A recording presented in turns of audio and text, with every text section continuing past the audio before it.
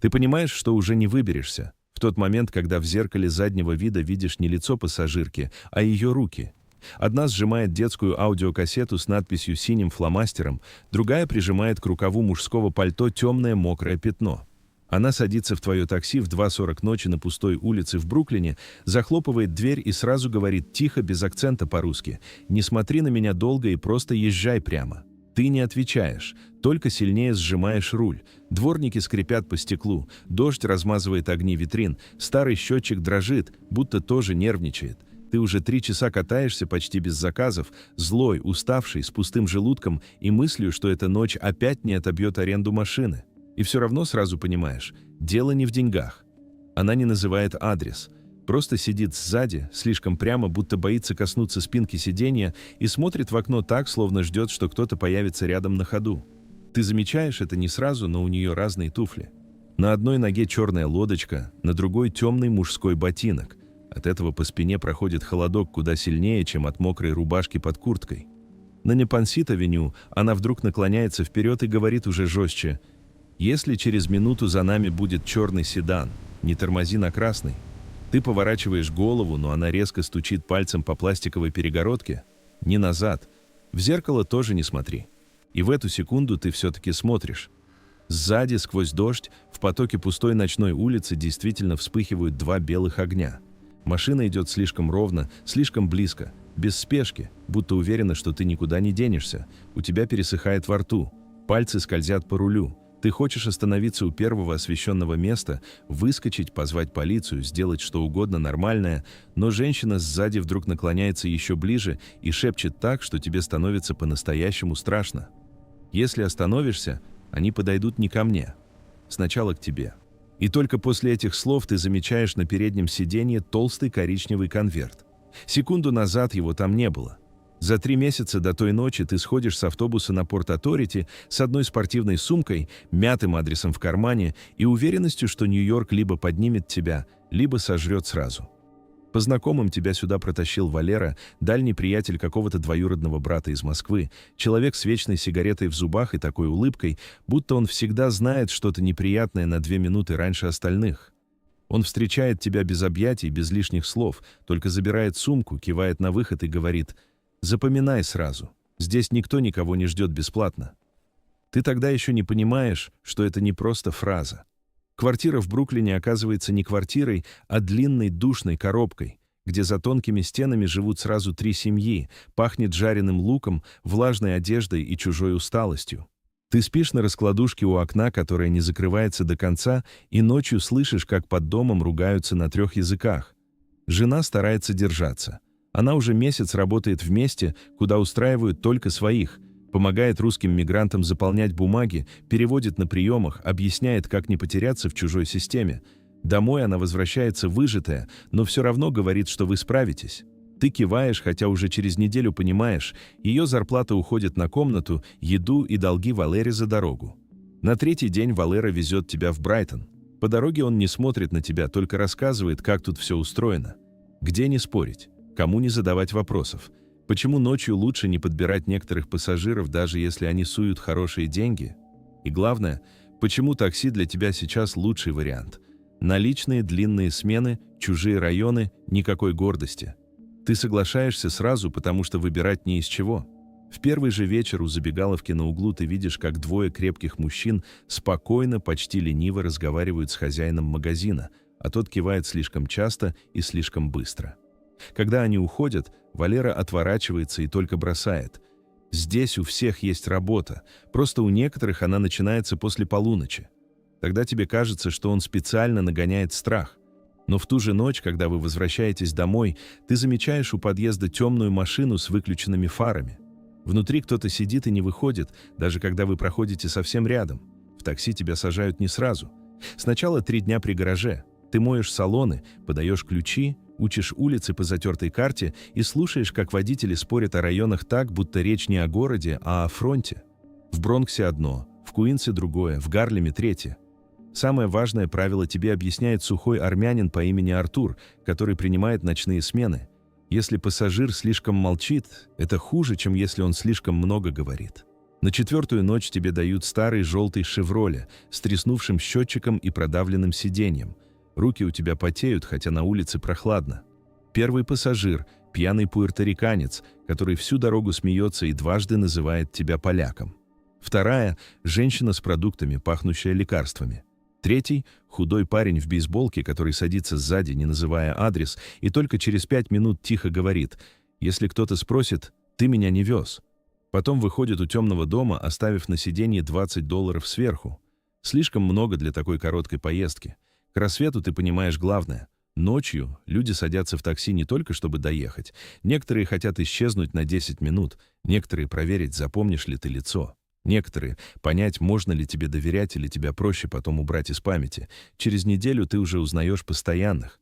Старик, который каждую пятницу ездит на кладбище в Куинс.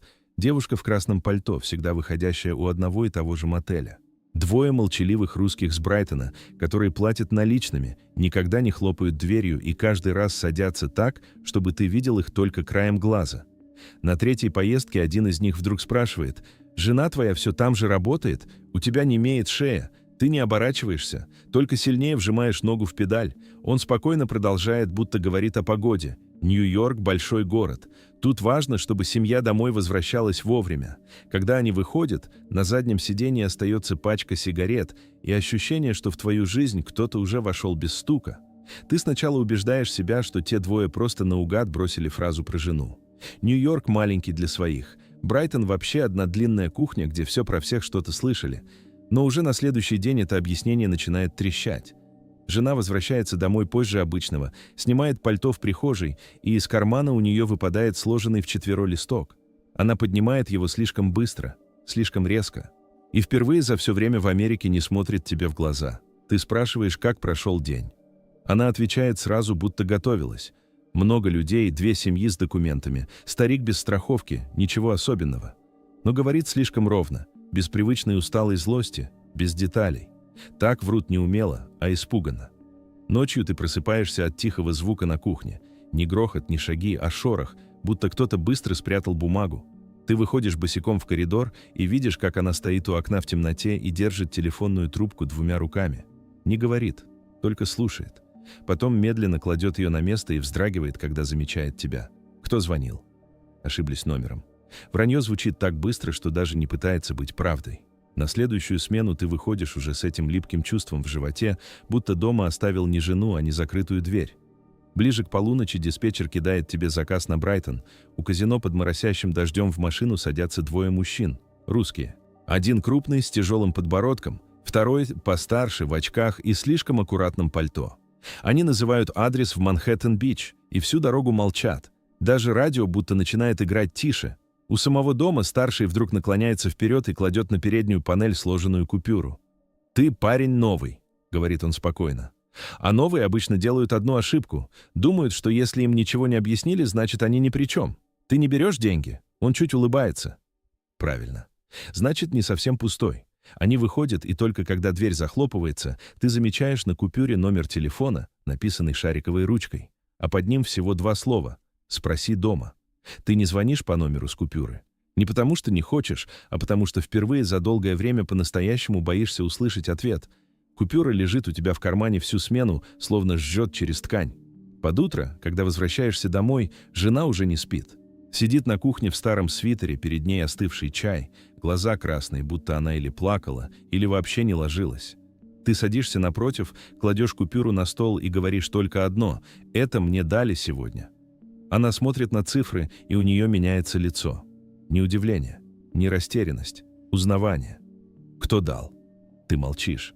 Она быстро прячет купюру в ладонь, будто боится, что ее увидят даже стены, и тихо говорит: «Если кто-то еще что-то передаст, ты мне сразу покажешь. Сразу. Не носи это с собой». Ты спрашиваешь, кто это был, но она встает, отворачивается к раковине и повторяет уже сухо, почти зло: «Просто делай, как я сказала». В ту же ночь город будто нарочно начинает водить тебя кругами. 3 заказа подряд. Одни и те же улицы, одни и те же темные углы, один и тот же район у воды, где дома стоят слишком тихо для Нью-Йорка. На 4-м заказе в машину садится мужчина лет 40 в сером плаще, без шапки, без зонта, хотя дождь идет стеной. От него пахнет морем, сигаретами и чем-то металлическим. Он называет адрес в Редхуке, потом меняет его на ходу, потом снова просит свернуть, как будто проверяет, нервничаешь ты или нет. На последнем повороте он вдруг говорит: «Если через 5 минут меня здесь не было, ты меня не видел». Ты хочешь ответить, но он уже выходит. Просто открывает дверь на ходу, исчезает между складами и даже не захлопывает ее. Ты сидишь несколько секунд, глядя на темный проем, потом тянешься назад, чтобы закрыть дверь, и замечаешь на сиденье тяжелую спортивную сумку. Внутри деньги. Плотные пачки, перевязанные банковской лентой. Сверху связка ключей, 3 фотографии незнакомых мужчин и клочок бумаги с короткой записью. Пятница, 2:40, Battery Tunnel. Ты смотришь на часы. Сейчас 2:18. Ты должен был сразу выбросить сумку в воду или оставить ее прямо там, на мокром асфальте у склада. Любой нормальный человек сделал бы именно так. Но ты сидишь, вцепившись в руль, и смотришь на часы, будто они сейчас подскажут, кто ты на самом деле – водитель, случайный дурак или уже чья-то деталь. До 2:40 остается 22 минуты. Сумка лежит сзади, и от одного ее присутствия в салоне становится тесно, как будто машина уменьшилась. Ты едешь не домой. Сначала просто кружишь по пустым улицам, надеясь, что решение придет само, но вместо решения приходит другое. Черный Линкольн без переднего номера, который уже второй раз появляется у тебя в зеркале. Не вплотную, не нагло. Просто держится на расстоянии, которого хватает, чтобы ты понял, это не случайность. Ты сворачиваешь без поворотника. Он сворачивает тоже. В этот момент ты впервые за все время в Америке чувствуешь не усталость, не злость, а чистую животную панику.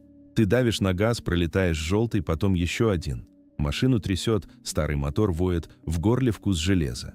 На ближайшем углу ты резко тормозишь у круглосуточной заправки, выскакиваешь из такси и хватаешь сумку. План простой и глупый. Оставить ее в мужском туалете, сесть обратно и исчезнуть.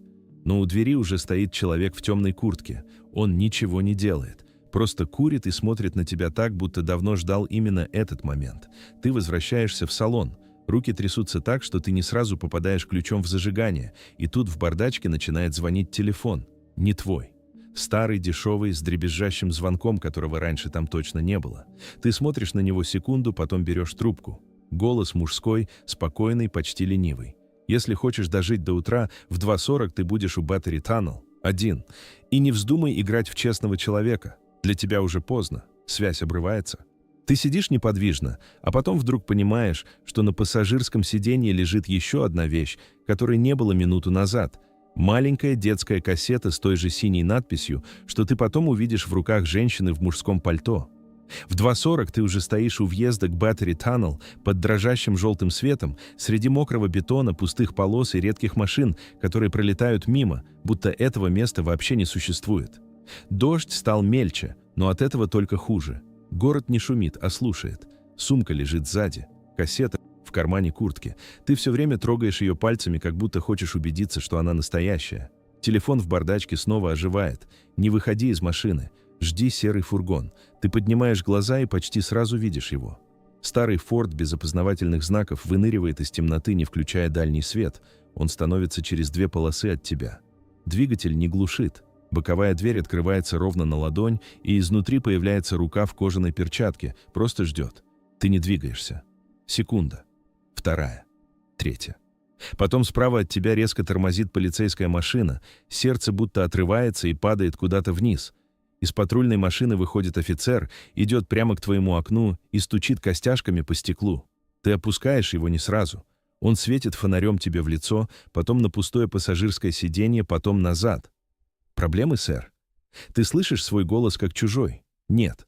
Просто жду клиента. Офицер смотрит дольше, чем нужно.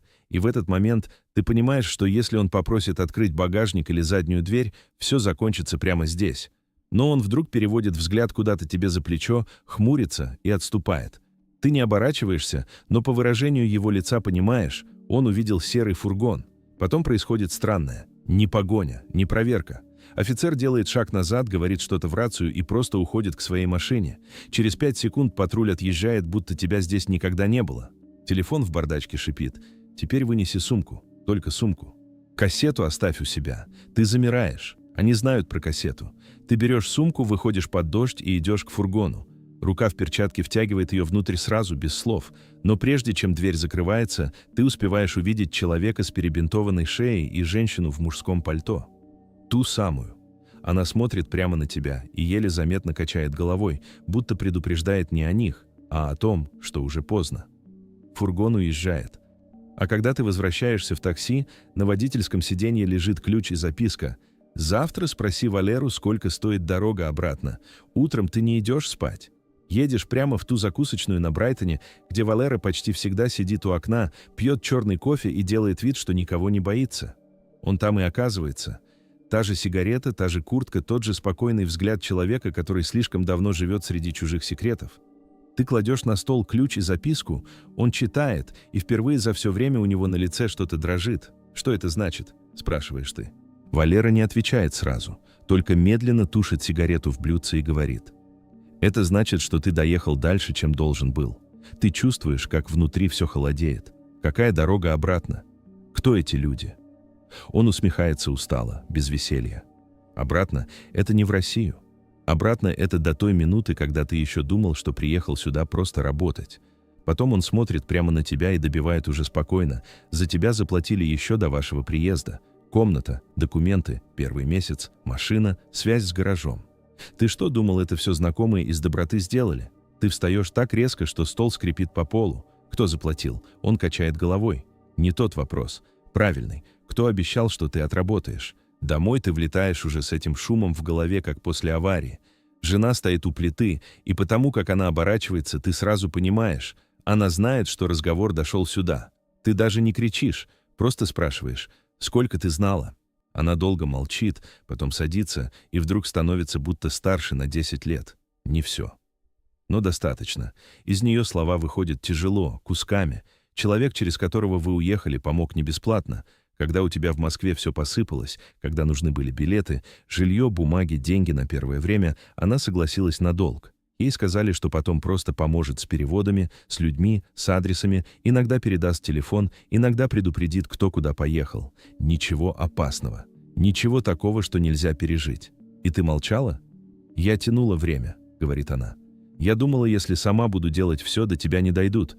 Но они все равно дотянулись. Ты смотришь на нее и вдруг понимаешь самое страшное.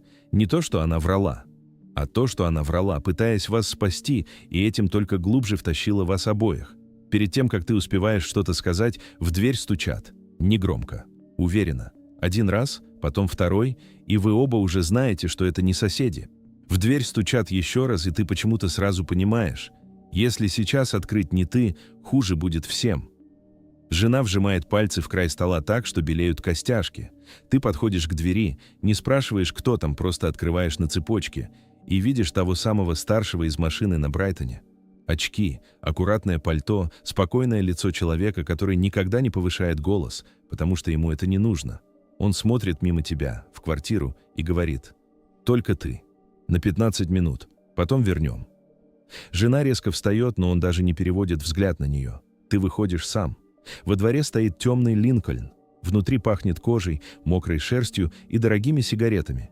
Едете молча, пока не сворачиваете к пустому зданию у воды. Там, в полутемной комнате с железным столом и старым магнитофоном, тебя уже ждут двое.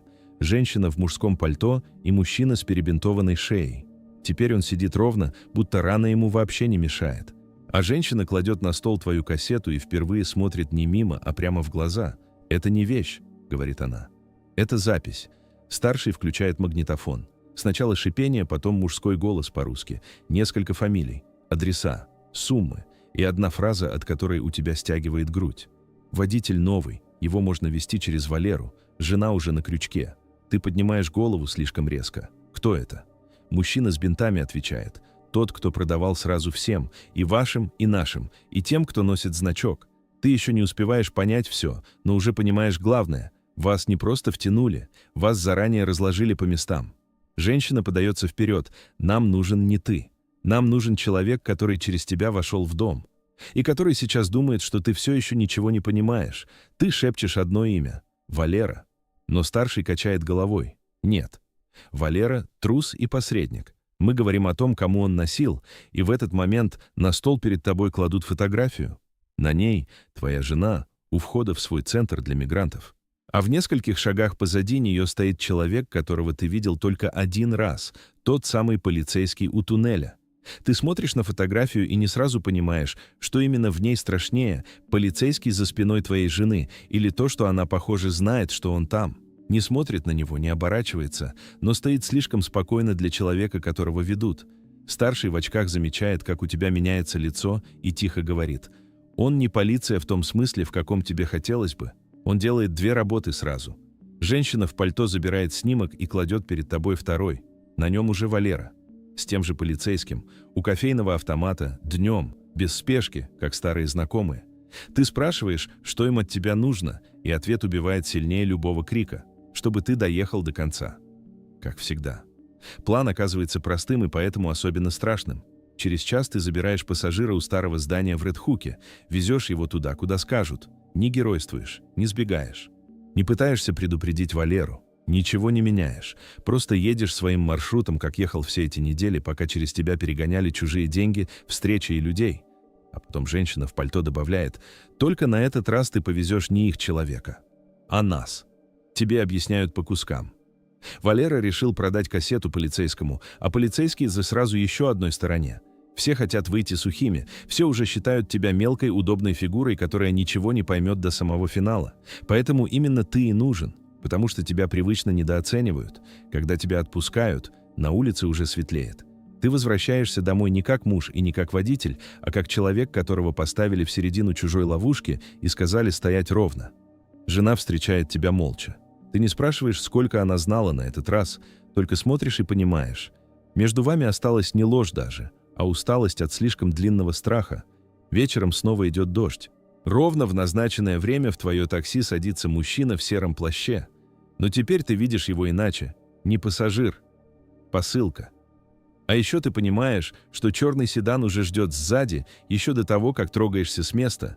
Ты ведешь машину ровно, как будто это обычная смена, только ладони мокрые, и сердце бьется так, что, кажется, его слышно на заднем сиденье. Мужчина в сером плаще молчит. Черный седан держится сзади на одинаковой дистанции. Нью-Йорк за стеклом размазан дождем, будто сам город не хочет видеть, чем все закончится. На Корт-стрит пассажир впервые подает голос. Не туда. Левее. Но в этот раз маршрут выбираешь уже не он и не ты. На следующем перекрестке из темноты выходит серый фургон и режет вам дорогу поперек. Ты бьешь по тормозам, машину ведет боком, счетчик стукается о панель. Пассажир тянется к ручке, но задняя дверь уже распахнута снаружи. Все происходит быстро и почти тихо, от этого страшнее. Один удар, короткий вскрик, чья-то рука на воротнике. Женщина в мужском пальто мелькает в свете фар, как будто была здесь всегда. А потом ты видишь Валеру. Он выходит не из фургона, а из черного седана, и в этот момент все встает на место так холодно и ясно, что внутри даже не остается злости. Он не выглядел загнанным, не выглядел случайным посредником. Он выглядел человеком, который до последней секунды думал, что всех пересидит. Рядом с ним появляется тот самый полицейский. Без формы, без спешки. Они оба понимают, что игра сорвалась, только слишком поздно. Первым стреляет не кто-то из них, а женщина. Не в человека, в колесо седана. Грохот бьет по ушам. Машину дергает, Валера шарахается назад, полицейский хватается за куртку, и вся аккуратная конструкция, в которой тебя вели как слепого, рассыпается за 3 секунды в грязь, крики и бег. Ты не геройствуешь, просто выскакиваешь из такси и бежишь к своей двери, потому что на пассажирском сиденье лежит конверт, а в нем ваши документы, твои последние наличные и ключи от квартиры. Кто-то заранее приготовил тебе отъезд, даже не спросив, хочешь ли ты остаться собой. Когда все заканчивается, Валеры уже нет. Полицейского тоже. Серый плащ исчез. На асфальте только разбитое стекло, мокрые бумажки и твой старый ключ, который больше ни к чему не подходит, потому что домой тебе возвращаться уже некуда. Ты все-таки возвращаешься к дому под утро не потому, что надеешься что-то спасти, а потому что человек всегда идет туда, где у него еще вчера была жизнь. Подъезд открыт, на лестнице пахнет сыростью и вчерашним ужином соседей. Но ваша дверь уже приоткрыта, и этого хватает, чтобы ты остановился. Внутри тихо, слишком тихо даже для раннего часа. На кухне горит свет, на столе лежит чашка, в раковине вода капает с одинаковым промежутком, будто кто-то специально оставил тебе этот звук вместо ответа. Жены нет, зато лежит конверт, тонкий, белый, с твоим именем и ее почерком. Внутри только одна короткая записка. Я не знаю, спасала ли нас или вела глубже.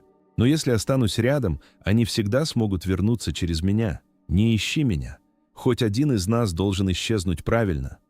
Ты садишься прямо на стул у двери и долго смотришь на эти строки, пока за окном светлеет Нью-Йорк. Город просыпается, как ни в чем не бывало. Где-то под окнами сигналит грузовик, кто-то смеется, хлопает дверь магазина, и именно это добивает сильнее всего. Пока у тебя разваливалась жизнь, город даже не замедлился. Через 2 дня ты сдаешь машину, через неделю съезжаешь из квартиры. Валера исчезает так, будто его и не было. Полицейского потом мельком показывают в новостях. Не по твоей истории, по какой-то другой, служебной, сухой. Женщину в мужском пальто ты больше никогда не видишь, только кассета остается у тебя. Иногда по ночам ты включаешь ее снова, слушаешь шипение, чужие голоса, свое имя, и каждый раз понимаешь одно и то же. В эту игру тебя втянули задолго до той ночи, когда ты впервые заметил кровь на чужом рукаве. Ты остаешься в Нью-Йорке. Не потому что победил, и не потому что здесь есть ради чего жить, просто возвращаться уже некуда, а бежать дальше на все равно, что признать, что за тебя опять выбрали маршрут. Ты находишь другое такси, другую комнату, другую улицу для утреннего кофе. Формально ты свободен. Никто больше не звонит, никто не стучит в дверь. Но иногда ночью, когда пассажир просит ехать прямо и не задавать вопросов, ты на секунду перестаешь дышать. Самое тяжелое не то, что у тебя отняли дом, жену и последние иллюзии. Самое тяжелое в другом. Ты все-таки вырвался из чужих рук, но только после этого понял, что жизнь, за которую ты так цеплялся, уже давно тебе не принадлежала. И все же именно в этом остается твоя единственная мрачная победа. Теперь хотя бы потерянным ты стал по собственному выбору.